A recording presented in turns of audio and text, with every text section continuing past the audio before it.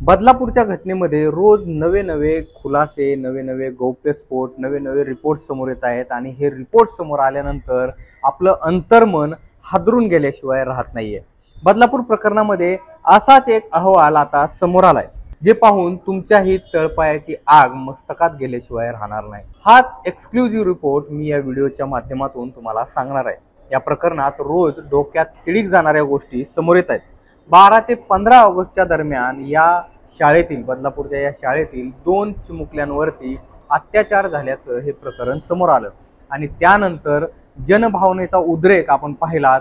शाळेसमोर आंदोलन झालं, त्यानंतर बदलापूर स्टेशनवरती आंदोलन झालं, संपूर्ण राज्यभर देशभर याचे पडसाद उमटल्याचं आपल्याला पाहायला मिळालं। यानंतर काही पोलिसांना ज्यांनी हलगर्जीपणा केला होता या प्रकरणामध्ये, या प्रकरणातील काही पोलिसांना निलंबित करण्यात आलं। यानंतर काही आंदोलकांना अटका झाल्या आणि हे प्रकरण संपूर्ण या प्रकरणाचं जे राजकारण आहे त्या राजकारणाची सुद्धा वेगवेगळ्या माध्यमातून चर्चा झाली। एकमेकांवरती आरोपांच्या फैरी सुद्धा झाडल्या गेल्याचं पाहायला मिळालं। मात्र सरकारनं या प्रकरणाच्या चौकशीसाठी एक 2 सदस्यीय चौकशी समिती नियुक्त केली होती आणि या चौकशी समितीच्या एक रिपोर्ट जो आहे तो मुंबई तकच्या हाती लागलाय।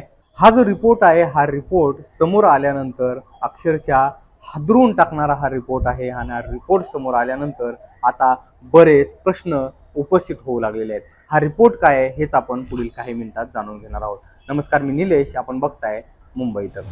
बदलापूरचं हे प्रकरण समोर आल्यानंतर सरकारनं, जसं की मी तुम्हाला सांगितलं, सरकारने एक 2 सदस्यीय समिती नियुक्त केली होती आणि या समितीनं तिथं जाऊन फॅक्ट फाइंडिंग केली आणि या समितीनं एक रिपोर्ट समोर आणलाय आणि या रिपोर्टमधले काही जे हादरवणारे तथ्य आहेत हेच तुम्हाला मी सांगणार आहे। सरकारने जी ही 2 सदस्यीय चौकशी समिती नियुक्त केली होती, या समितीनं जो धक्कादायक अहवाल दिलाय तोच अहवाल आमच्या हाती लागलाय आणि या अहवालामध्ये जे धक्कादायक सत्य समोर आलंय हे पाहून तुमच्याही डोक्यात तिडीक गेल्याशिवाय राहणार नाही। या रिपोर्टमध्ये काय आहे ते बघून घेऊयात।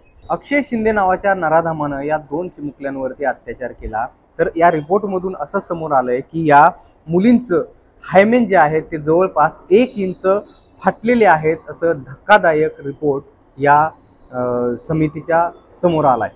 1 ऑगस्टला अक्षय शिंदे हा कंत्राटी कर्मचारी म्हणून या शाळेमध्ये जॉईन झाला।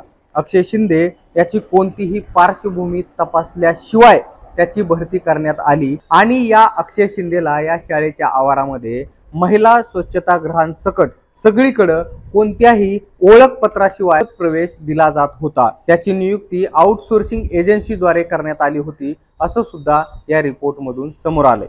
शाळा प्रशासनाच्या सुद्धा या प्रकरणामध्ये मोठ्या प्रमाणामध्ये चुका आहेत आणि या त्रुटी सुद्धा या रिपोर्टमधून समोर आलेल्या आहेत। हे प्रकरण हाताळण्यात प्रशासनाला आलेल्या अपयशाबद्दल अधिक माहिती मिळवण्यासाठी बाल हक्क आयोगाकडून शाळा प्रशासनाला प्रश्न विचारण्यात आलेले आहेत। येत्या 7 दिवसांमध्ये यावरती उत्तर सुद्धा मागवण्यात आले। या प्रकरणी शाळा प्रशासनावरती पोस्को कायदा का लावला जाऊ नये असे प्रश्न समितीनं उपस्थित केलेले आहेत। शाळा प्रशासन हे तक्रारीनंतर, म्हणजे या पालकांनी केलेल्या तक्रारीनंतर तब्बल 48 तास शांत बसून होतं, असं सुद्धा या रिपोर्टमधून समोर आलंय। शाळेच्या मुख्याध्यापकांनी 14 ऑगस्ट 2024 रोजी विश्वस्तांना, या शाळेच्या विश्वस्तांना या घटनेची माहिती दिली होती। मात्र तक्रारीनंतरही शाळा प्रशासनानं पालकांची भेट घेतली नाही। अल्पवयीन या ज्या चिमुकल्या आहेत या चिमुकल्यांवरती उपचारासाठी सुद्धा 12 तास लागले, असं सुद्धा या रिपोर्टमध्ये म्हटलंय।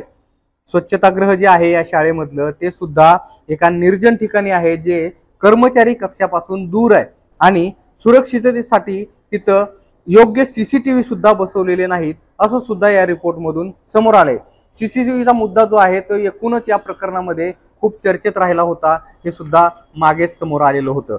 बदलापूरच्या या प्रकरणामध्ये तपास अधिकाऱ्यानं या पीडित मुलींच्या पालकांना विचारलं होतं की तुमच्या मुली 2 तास सायकल चालवतात आणि यावरून मागे सुद्धा काही रिपोर्ट समोर आले होते की सायकल चालवल्यामुळं या चिमुकल्यांना तिथं लागलं असेल, असं सुद्धा या तपास अधिकाऱ्यांनी म्हटल्याचं समोर आलं होतं। त्यावरून सुद्धा मोठ्या प्रमाणामध्ये संताप व्यक्त करण्यात आला होता। यावरून या रिपोर्टमध्ये सुद्धा यावरून ताशेरे ओढल्याचं दिसून येतंय की अशा संवेदनशील प्रकरणांना सामोरं जाण्यासाठी कोणतीही संवेदनशीलता आणि ज्ञान हे या तपास अधिकाऱ्यांमध्ये नाहीये, असं सुद्धा या रिपोर्टमध्ये, या 2 सदस्यीय समितीनं दिलेल्या रिपोर्टमध्ये म्हटलेलं आहे।